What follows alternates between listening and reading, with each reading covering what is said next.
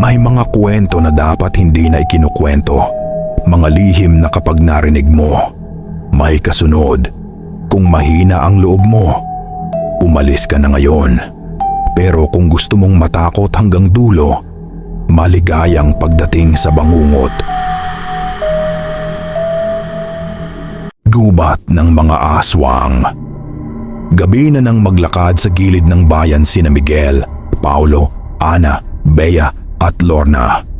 May dalang tent, sleeping bag at mga flashlight sabik sa kanilang unang camping trip sa gubat na kilala sa mga kwento ng kababalaghan. Ang mga matatanda sa bayan ay palaging nagsasabi, "Huwag kayong papasok sa gubat ng mga aswang lalo na sa gabi." Pero sabi nila, mga kwento lang yan. Habang papalalim sila sa gubat, unti-unting lumabo ang ilaw ng buwan sa pagitan ng makakapal na puno. Ang hangin ay malamig at may tunog ng sanga na parang may sumusunod sa kanila. Si Ana ang unang nakapansin ng kakaibang amoy. Isang mabahong halo ng lupa at bulok na karne. Miguel, "Siguro mga hayop lang yan." Paulo, "Hayop? Dapat wala namang hayop dito, lalo na ngayong gabi." Ngunit bago pa man makapagpatuloy ang usapan, narinig nilang may malalakas na yabag sa paligid.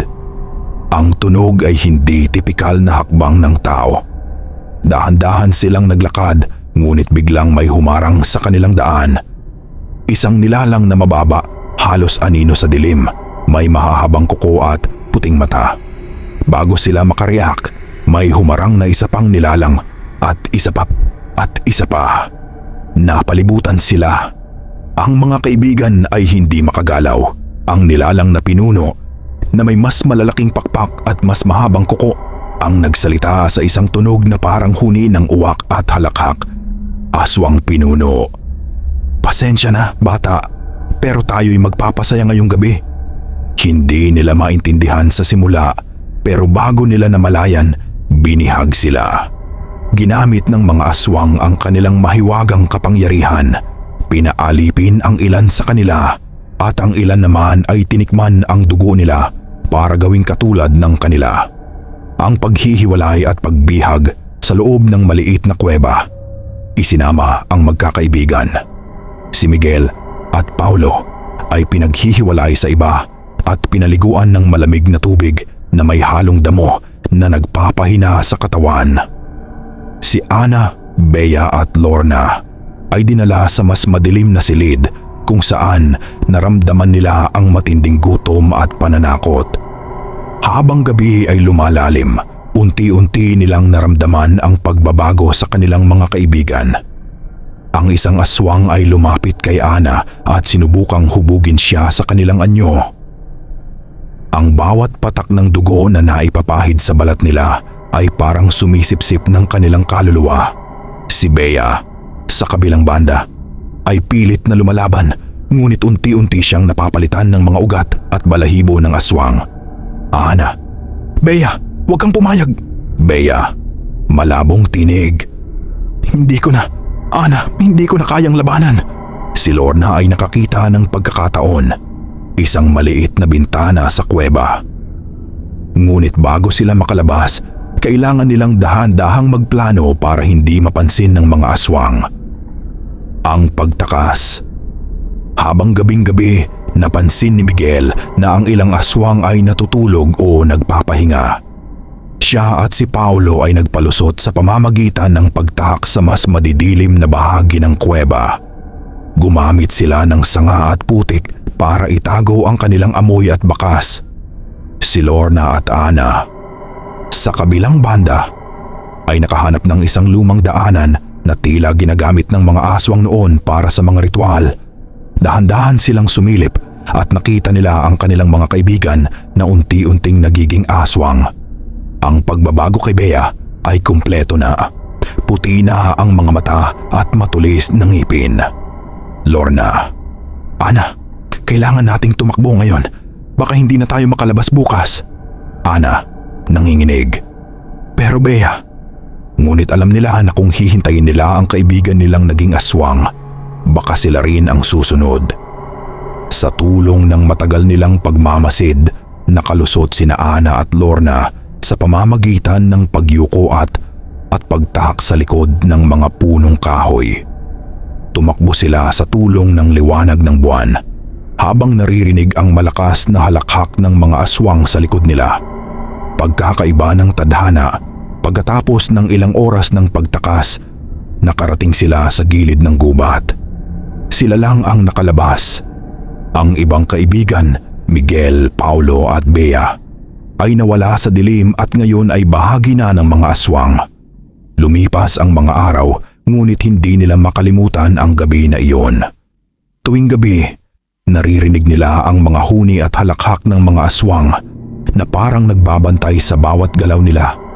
Ana at Lorna ay nagpasya na hindi na muling babalik sa gubat, ngunit alam nila na isang araw, baka bumalik ang kanilang mga kaibigan sa anyo ng mga nilalang na dati nilang minahal.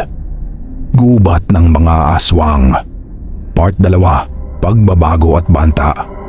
Pagkalabas ni Ana at Lorna sa gubat, hindi pa rin nila alam kung saan pupunta.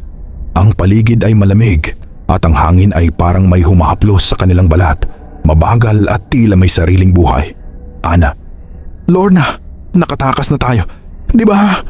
Lorna, tahimik. Oo, pero parang may sumusunod pa rin sa atin. Habang naglalakad, napansin nila ang mga bakas sa putik. Hindi pangkaraniwang bakas ng tao. Mas malaki, may kuko na parang talim. Bawat hakbang nila ay may kasabay na tunog ng sanga na nababasag sa dilim. Sa pagdaan nila sa isang maliit na ilog, nakakita sila ng isang imahe sa tubig. Nagulat si Ana. Ang refleksyon niya ay may bahagyang pagbabago sa mata. Parang may puting liwanag sa loob. Si Lorna rin, sa kanyang pagtingin, naramdaman ang kakaibang panghihina at gutom, pero hindi niya maipaliwanag ang pagiging aswang ng kaibigan. Samantala, sa loob ng gubat, sina Miguel, Paulo at Bea ay unti-unting nagbago. Si Bea, na unang napalitan ng dugo ng aswang, ay natutong manghuli sa gabi. Ang kaniyang mata ay puti at matalim na parang bato, at ang kaniyang ngipin ay mahabang pangnganga na pabor sa gutom niya. Nagsimulang maglakad sa paligid ng gubat, naghahanap ng biktima, at tuwing gabing-gabi ay naglalabas ng nakakakilabot na halakhak. Si Miguel at Paulo, na unang binihag, ay nagbago rin unti-unti, ngunit may kakaibang alaala ng kanilang pagkatao. Sa una, lumalaban sila, nakikibaka sa gutom at sa bagong anyo nila, pero habang tumatagal, ang kanilang katawan at utak ay sumasabay sa kagustuhan ng mga aswang. Manghuli, manakot at kumain ng dugo. Ang kanilang mga tinig na minsang pamilyar kay Ana at Lorna ay ngayon ay malalalim at halakhak na puno ng kasamaan. Ang takot ng nakatakas si Ana at Lorna ay nakatambay sa isang lumang kubo sa gilid ng gubat. Nagdesisyon silang maghintay hanggang mag-umaga para hindi mahuli ng dilim. Ngunit gabi-gabi, may mga tunog, malapit at malayo, na nagiging pahiwatig na hindi lang sila ang nakalabas. Lorna, Ana, naririnig mo ba? Ana, pabulong. Oo, parang tumatahak sa paligid natin. Lumipas ang ilang araw at gabi. Ang pagkain ay hindi sapat at ang gutom ay humihina sa kanila. Ngunit mas malaki ang takot sa pagbabalik ng mga kaibigan nilang naging aswang. Minsan, sa gabi, naramdaman nila ang presensya ng isa sa kanila. Isang anino na mabilis na dumaan sa gilid ng kanilang kubo, nag-iiwan ng malamig na hangin. Pagharap sa kaaway isang gabi, nagpasya sina Ana at Lorna na harapin ang kanilang nakaraan. Kumuha sila ng mga matutulis na kawayan at kandila, gumawa ng simpleng plano. Kung lalapit ang mga aswang, gagamitin nila ang apoy at liwanag para pansamantalang mapahina ang nilalang. Lumabas sila mula sa kubo at dahan-dahan nilang tinahak ang daanan pabalik sa baryo. Sa bawat hakbang, naririnig nila ang malalakas na halakhak at ang mga mata ng kanilang dating kaibigan ay sumusunod sa kanila sa dilim. Ana, Huwag kang titigil, Lorna. Kahit gaano pa sila kakilakilabot. Lorna, hindi kita iiwan. Sa tulong ng mga liwanag at mabilis na pagtakas sa dilim, nakalusot sila sa mga nilalang. Ngunit habang tumatakbo, naramdaman nilang isa sa kanila, si Miguel, ay sumusunod sa kanila. Ngunit hindi naganap na tao. Ang huling sandali bago nila tuluyang maiwan si Miguel ay puno ng takot at lungkot. Hindi lang nila kaibigan ang nawala, kundi ang tao na kilala nila. Ang panganib ay hindi nawala. Pagdating nila sa baryo, nakaramdam sila ng pansamantalang ginhawa. Ngunit alam nila na ang gubat ay hindi nagbago. Ang mga aswang ay nagbabantay, naghihintay ng panibagong biktima. Tuwing gabi, si Ana at Lorna ay nakaririnig pa rin ng halakhak sa hangin at nakikita nila sa malayo ang puting mata ng kanilang kaibigan na naging aswang. Hindi lang sila nakaligtas.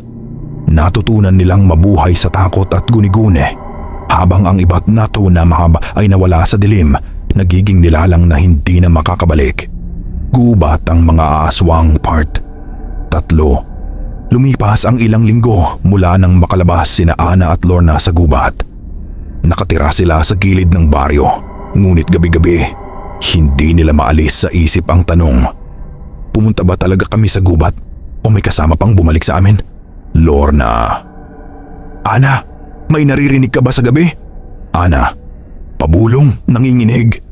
Oo, parang may humahaplos sa balat ko. Parang may kumakagat sa loob ng dugo ko.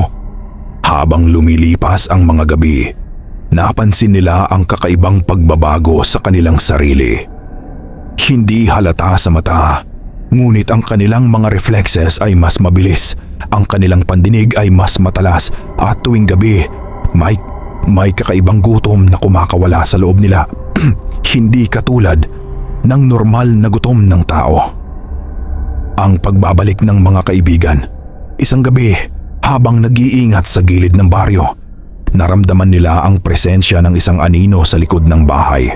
Nang lumingon sila, nakita nila ang dati nilang kaibigan na sina Miguel, Paulo at Bea. Ngunit hindi na sila mga kaibigan. Nakilala nila.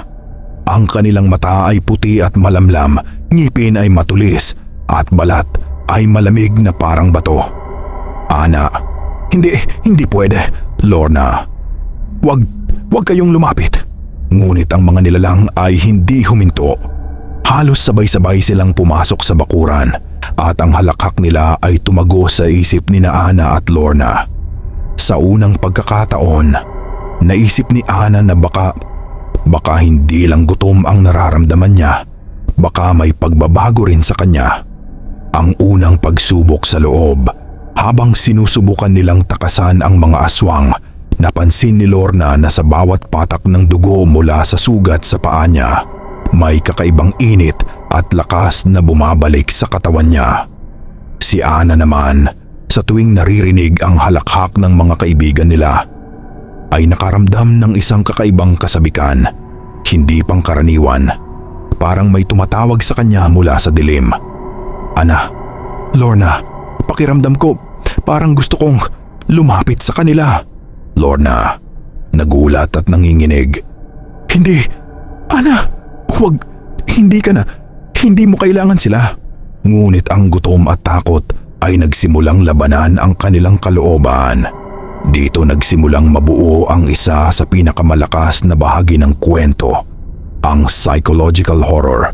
Ang mga nakatakas ay unti-unting nagiging katulad ng mga nilalang na kanilang kinatatakutan. Sa huling labanan, natutunan ni Ana at Lorna ang isang lihim. Ang gubat ay may sariling kalooban. Ang bawat nilalang na nagiging aswang ay hindi basta-basta. Pinipili ng gubat kung sino ang iiwan sa buhay at sino ang gagawing bahagi ng kadiliman. Sa huli, nakatakas sina Ana at Lorna, ngunit hindi buo ang kanilang pagkatao. Ang mga mata nila ay may bahagyang puting ningning at sa tuwing gabi, naririnig nila ang halakhak at huni ng kanilang mga kaibigan sa gubat. Ang baryo ay tahimik, ngunit alam nila Isang gabi, baka bumalik ang mga kaibigan nila. Dala ang gutom at galit ng aswang. Ang kwento ay nagtapos sa isang malungkot at nakakatakot na paalala. Hindi lahat ng nakaligtas ay nakaligtas ng buo. At hindi lahat ng kaibigan ay nananatiling kaibigan. At kung iniisip mong tapos na ang kwento, baka ikaw na ang susunod. Kaya mag-comment or isend sa aking Gmail ang iyong kwento. Paalam.